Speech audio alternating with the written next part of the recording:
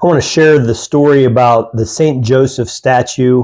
And it's kind of one of the reasons I got into real estate. This is several years ago when I actually lived in East Liverpool. I was selling the house, the first house I bought in East Liverpool, which is in the East End part of town. I'd already moved to Boardman, but I was trying to sell the house by owner, which, just a side note, is somebody in real estate, not a good idea. You should always use a realtor.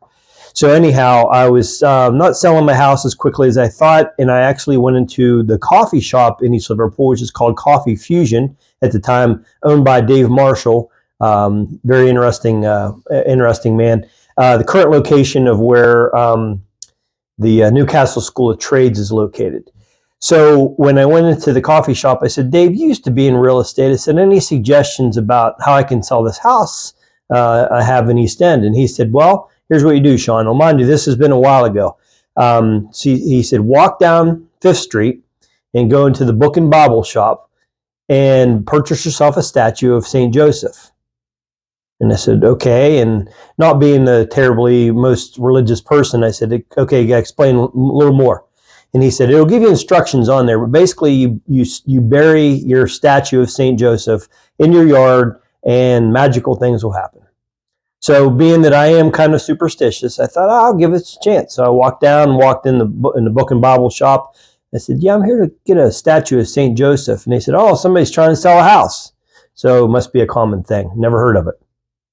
So I bought it, went to my house up in East End, my shovel in hand, and dug a hole, buried St. Joseph, and you bury it upside down, the statue upside down. And this is the weird part. So literally, as soon as I got done burying the statue, I went back to make sure the house was locked up and everything.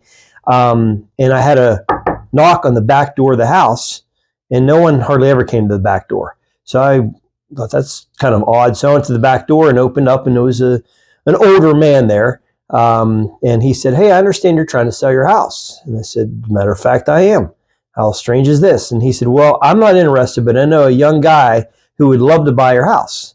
And he gave me the contact information, and I was kind of excited. I thought, well, this St. Joe thing's got some merit. So I called the guy, and it ended up that didn't quite pan out because of a few different issues, but he knew somebody who was interested, and it ultimately led to selling my first house. And never really thought about, if there's some magic behind the statue of St. Joseph or not. Haven't done it since. So maybe now that I'm in real estate, I need to revisit the use of the statue of St. Joseph.